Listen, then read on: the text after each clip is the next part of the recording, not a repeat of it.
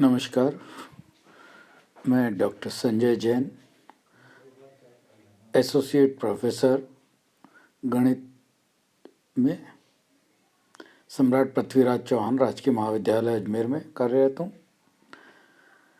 इससे पूर्व हम लीनियर प्रोग्रामिंग प्रॉब्लम के असाइनमेंट प्रॉब्लम वाले चैप्टर पे डिस्कस कर रहे हैं, जिसमें हमने इंट्रोडक्शन, डेफिनेशंस, हंगेरियन मेथड और कल हमने मिनिमम रो कवर मेथड को स्टार्ट किया था और एक एग्जाम्पल पे बात की थी। मिनिमम रो कवर मेथड को क्लियर करने के लिए आज हम एक एग्जाम्पल और ले रहे हैं। लेट सपोज ये हमें एक असाइनमेंट प्रॉब्लम दिया हुआ है जो 4x4 का है। ABCD द टास्क है और 1 2 3 4 वर्क हमको मान लिया दिए हुए हैं। तो जो हमारा हंगेरियन मेथड है, पहले हम उससे स्टार्ट करते हैं। वो जब फेल होता है तो हम मिनिमम रो कवर मेथड पे जाते हैं। यहाँ पे हम देखेंगे 4x4 की एंट्री हमको दी हुई है। पहला हम सब्ट्रैक्ट करते हैं मिनिमम एलिमेंट को। हम प्रत्येक रो में से जो मिनिमम एलिमेंट होता है उसको पूरी रो में से सब्ट्रैक्ट करते हैं। इस मेथड को हम बोलते हैं रो रिड्यूस मैट्रिक्स। RR का मतलब रो रिड्यूस मैट्रिक्स। तो पहली रो में आप देख रहे हैं 1 सबसे मिनिमम है। तो जब हम 1 से पूरी रो को सब्ट्रैक्ट करेंगे तो हमें मिलेगा A1 में A वाला और 1 वाला कॉलम, यानी 1 1 कॉलम में 2 में से 1 जाएगा तो 1 मिल रहा है। इस तरह से 3 में से 1 जाएगा तो 2 मिल रहा है और थर्ड और फोर्थ में 0 0 मिलेगा। सेकंड रो में जो मिनिमम है वो 2 है, 2 से माइनस करेंगे। इस तरीके से हम सेकंड में कर रहे हैं, फिर थर्ड में कर रहे हैं, फिर फोर्थ रो में कर रहे हैं। ये पहली जो मैट्रिक्स हमारी बनी टेबल ए, ये बनी है रो रिड्यूस मैट्रिक्स, जो हमारी रो रिड्यूस से बन रही है मिनिमाइज करके।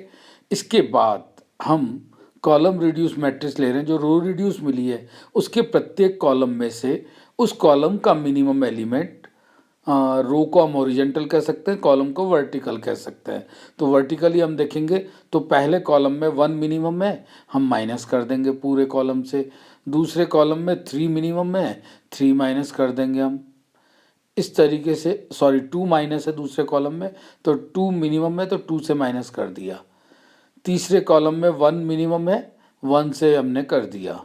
फोर्थ कॉलम में सारा ही 0 है तो 0 से कर दिया।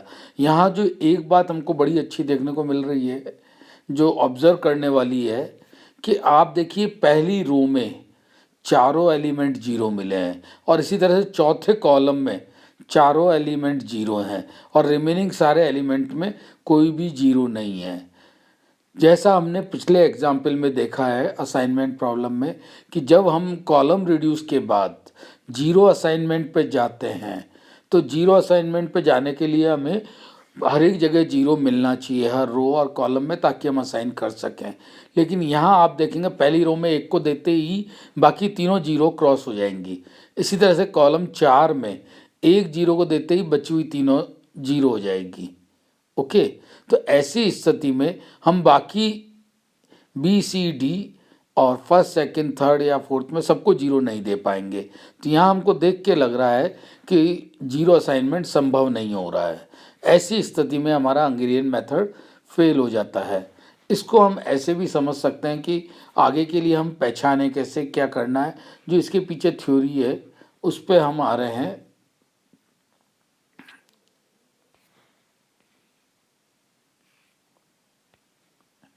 इस थ्योरी में सब्ट्रैक्ट किया हमने मिनिमम रो और ये देखा हमने, और ये जो पहला रो है और ये जो चौथा कॉलम है ये हमारा क्या बन गया है, 0 0 बन गया है। ओके, तो ये 0 बनने से अब देखिए आप BCD 1 2 3 क्लियर कट देख रहे हैं पॉजिटिव है और इनको आप असाइन नहीं कर पाएंगे। इसलिए यहाँ पे हम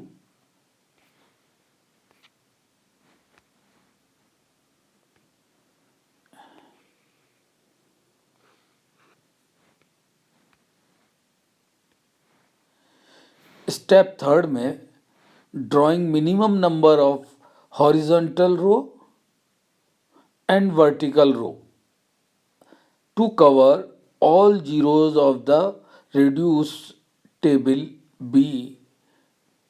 टेबल बी के प्रत्येक रो और कॉलम में मिनिमम नंबर ऑफ रोज और हॉरिजॉन्टल और वर्टिकल लाइंस हम ड्रॉ करेंगे। इस तरह से ड्रॉ करने पर हम ये देखते हैं कि मान लिया हॉरिजॉन्टल या वर्टिकल नंबर, हॉरिजॉन्टल को हम पी से डिनोट करते हैं और वर्टिकल लेते हैं, इन दोनों का जो सम है वो टोटल जो हमारा एन ऑर्डर है इस मैट्रिक्स का 4 उससे छोटा आ रहा है, क्योंकि आप देख रहे हैं एक रो में सारे जीरो है और एक कॉलम में सारे जीरो करने पे हमारा कवर हो रहा था। हमें 2 लाइन ड्रॉ करनी पड़ रही है और सारी जीरो कवर हो रही है, तो 2 जो है 4 से छोटा है। तो जब तक हमारी इस तरह की लाइनों की संख्या इस मैट्रिक्स के ऑर्डर के बराबर नहीं आए तब तक हम ऑप्टिमल असाइनमेंट नहीं कर सकते। ओके, ऐसे केस में हमको हंगेरियन मेथड फेल हो जाता है। ये एक और नया तरीका है कब हमको मिनिमम रो कवर मेथड अप्लाई करना चाहिए।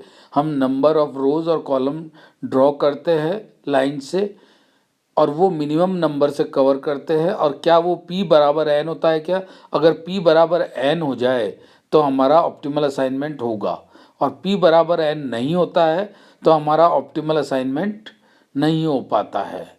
ओके, तो ऐसी स्थिति में ये हमारे इस केस में p जो हमने देखा कुल 2 संख्याएं हैं जिनसे पूरी लाइन कवर कर रही है जीरो को, और 4 से ये 2 छोटी है, इसलिए हंगेरियन मेथड नहीं लग रहा है। ओके, नाउ स्टेप 4 में हम क्या करते हैं कि अब जो हमारा, मैं वापस से रिवाइज कर रहा हूँ, कल कर चुके हैं लेकिन हमें एक बार और क्लियर हो जाए, मैं सीधा इस पे आ रहा हूँ प्रैक्टिकली।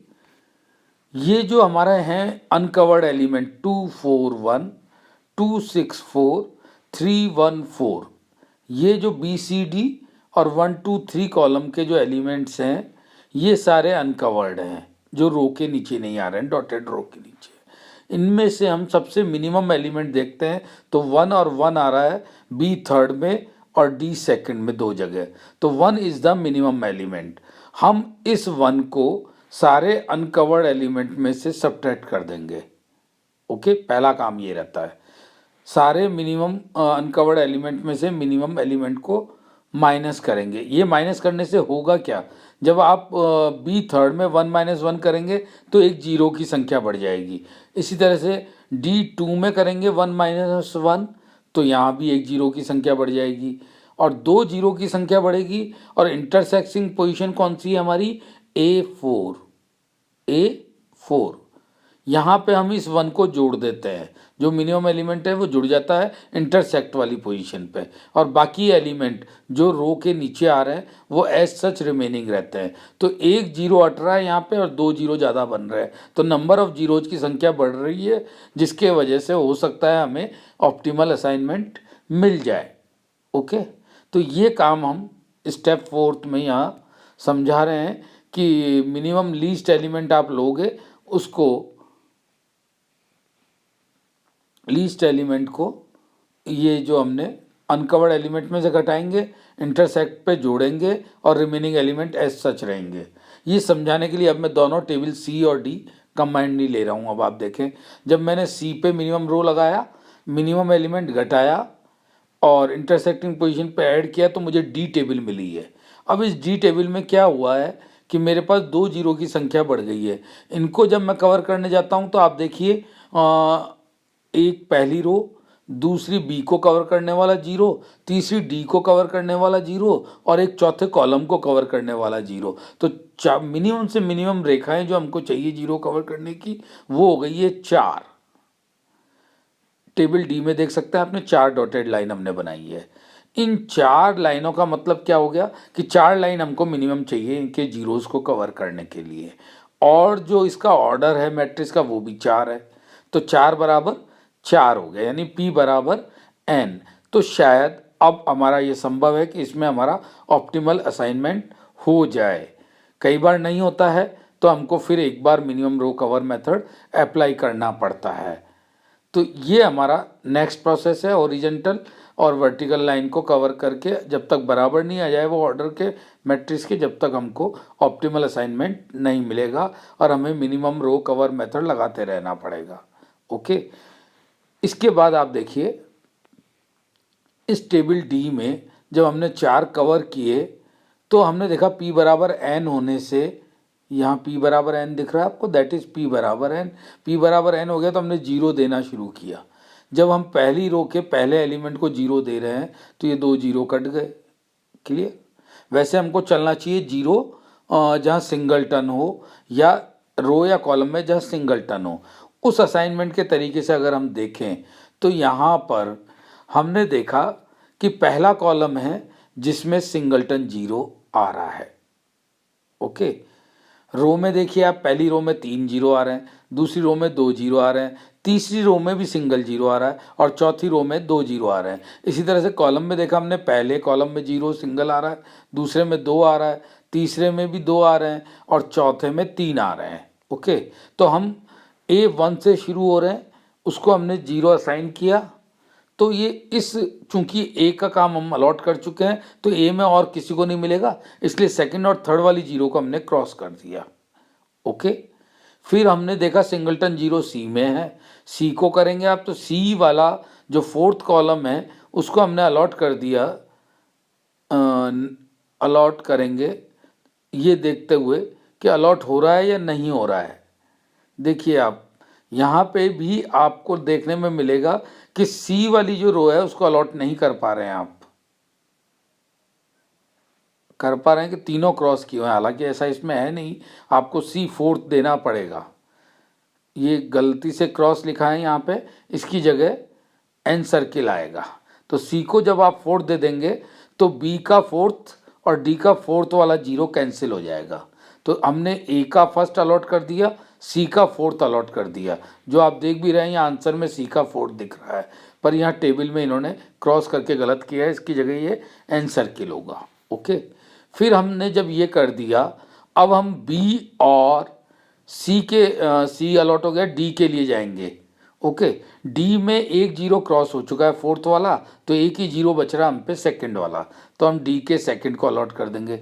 डी के सेकंड को अलॉट करते ही इस रो और कॉलम में सब 0 कैंसिल हो गए हैं। अब हमारे पास इस पोजीशन में हम देख रहे हैं बी पे भी सिंगलटन 0 थर्ड पे बच रहा है, तो बी में थर्ड को हम अलॉट कर देंगे। तो इस तरह से ए को 1, बी को थर्ड, सी को फोर्थ और डी को हमने सेकंड अलॉट किया है।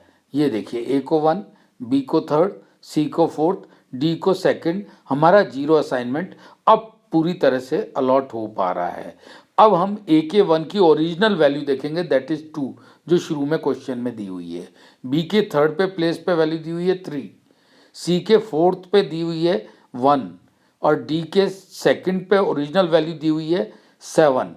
इन सब को रख के हम सम करते हैं, क्योंकि जो आपको ध्यान हो जब हमने मैथमेटिकल फॉर्मुलेशन किया तो समेशन सी आई जे एक्स आई जे। ओके, यहाँ पे एक्स आई जे क्या होता है असाइनमेंट में 1 1 1 1, तो सारे सी आई जे इंटू 1 1 1, सी आई जे इंटू एक्स आई जे, सी आई जे इंटू एक्स आई जे, एक्स आई जे 1 होने से सी आई जे के वैल्यूज़ का सम हो जाएगा। सो 2 + 3 + 1 + 7 13 हो जाएगा। तो 13 इसमें मिनिमम असाइनमेंट है, वो वैल्यू लेके आप कम से कम आपका टारगेट ऑब्टेन कर सकते हैं। तो ये हमारा असाइनमेंट मिनिमम रो कवर मेथड अप्लाई करते हुए 0 असाइनमेंट किया हमने, और आज हमने एक प्रॉब्लम और सॉल्व की है मिनिमम रो कवर मेथड लेते हुए। तो आशा है अब आपको ये मिनिमम रो कवर मेथड समझ में आ गया होगा। तो अब आप असाइनमेंट की बैलेंस असाइनमेंट प्रॉब्लम के सारे क्वेश्चन इस तरह को अप्लाई करते हुए कर सकते हैं। तो आज के लिए इतना ही, कल हम इससे आगे बात करेंगे। प्रैक्टिस के लिए आप सारे क्वेश्चन कर लीजिए इसके, यहाँ तक के नेक्स्ट टर्न पे हम जो लैंग्वेज वाले प्रॉब्लम होंगे जिनमें फॉर्मुलेशन करना होगा उनको देखेंगे। Thank you.